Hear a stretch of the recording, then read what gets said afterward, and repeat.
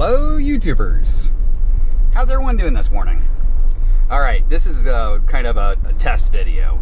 I think I've figured out the problem with my GoPro. So, as you know, the GoPros have little microphones that pick up the audio and stuff like that. The only case that I have that works with my head mount is the underwater case. So what I think happening is it's getting muffled because there's no holes. It's supposed to be waterproof.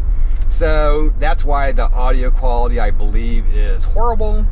And the video isn't so great either because it's shooting through another thick piece of plastic.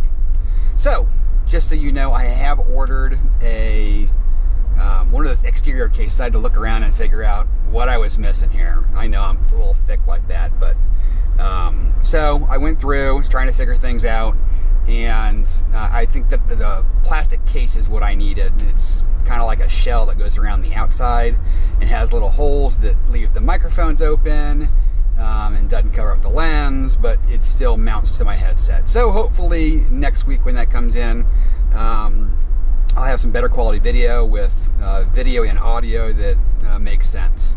But until then, you're just going to have to work with it. This is a test. I'm actually holding the camera versus it being head mounted because, like I said, it only works in that case with the head mount. And then when I start scrapping, I'm going to have to put it back in that case because that's the only way that I can still use my hands and use that. So I'm assuming the audio quality is going to go down as well as the video a little bit, but you know, if you guys want to be able to see what I'm doing, we'll have to make do until we have the proper stuff. Unfortunately today, I have to go get a tire. Yesterday, I went to the scrapyard and it was dirty. It was, I mean, there was water every place.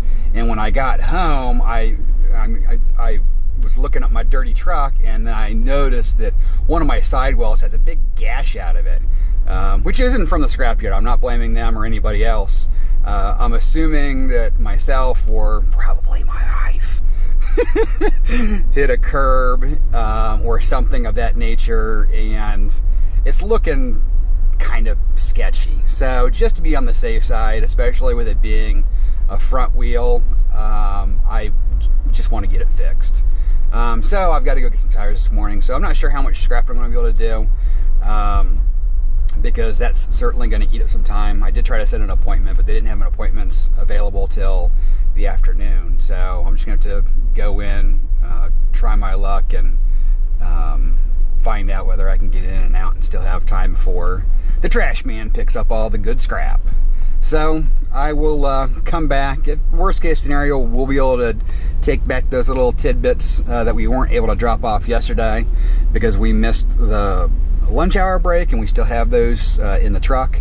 But I'll be back when I'm back.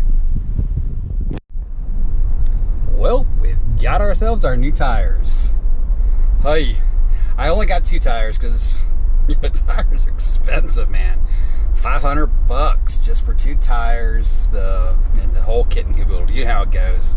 It's like $49 a tire, and then by the time they put the air in it and the valves and the balancing and everything else, got a new car. Anyhow, I digress. It's all the way to 11:30 now, which really kind of stinks.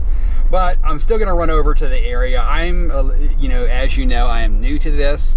I'm trying to figure this stuff out. And one of the hardest things that I've come to realize is they don't have like really a list of who has garbage days on what and where you should be hunting. I think that's probably the most important thing if you're going to get into scrapping is knowing where to go.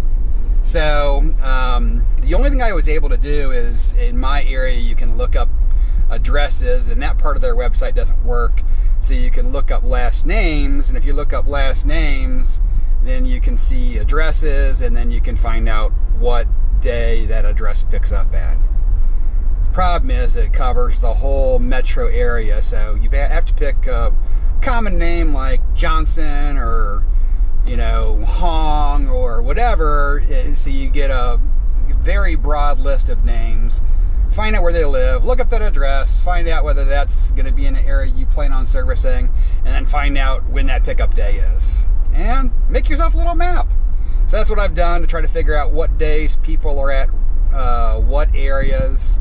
I don't know whether how legit my list is either. So that's why I've got these first week or two will be going out confirming my information. I don't know if it's great to confirm this late in the day because they'll have already picked up. So it might look like it's not the right day, and it could still be the right day. So what are you going to do? I'm still going to check it out, see if there's any tiny little morsels left before I call it the day, because I really only have a couple hours left before I've got to go get my boys anyways. So we'll do what we can do and see what we can scrap.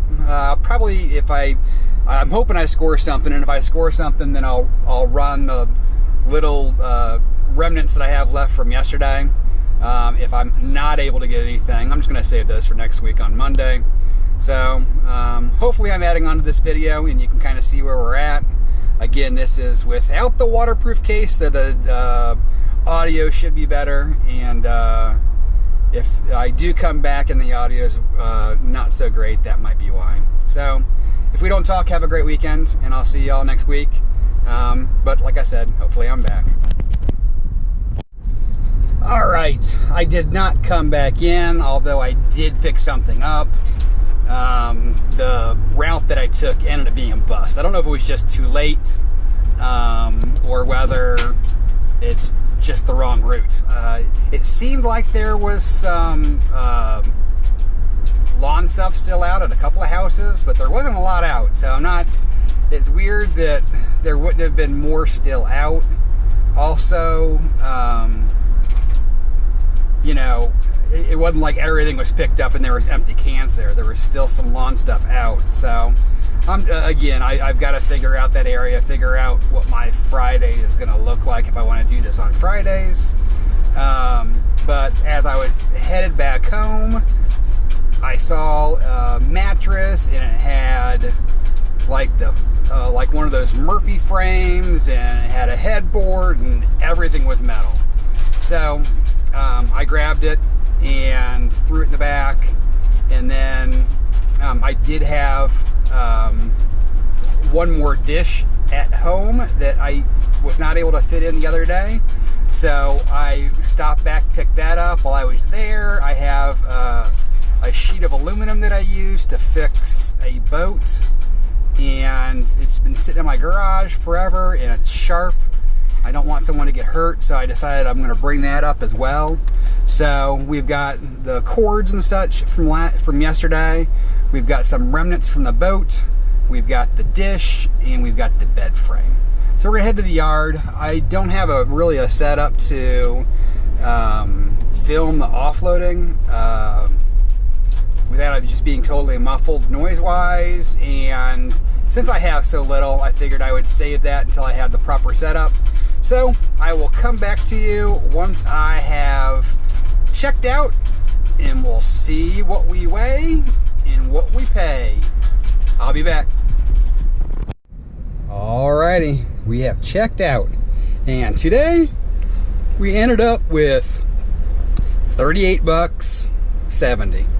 So not a crazy day, but seeing that we really didn't find that much, we ended up with just 160 pounds of tin or shred, whatever you want to call it, iron.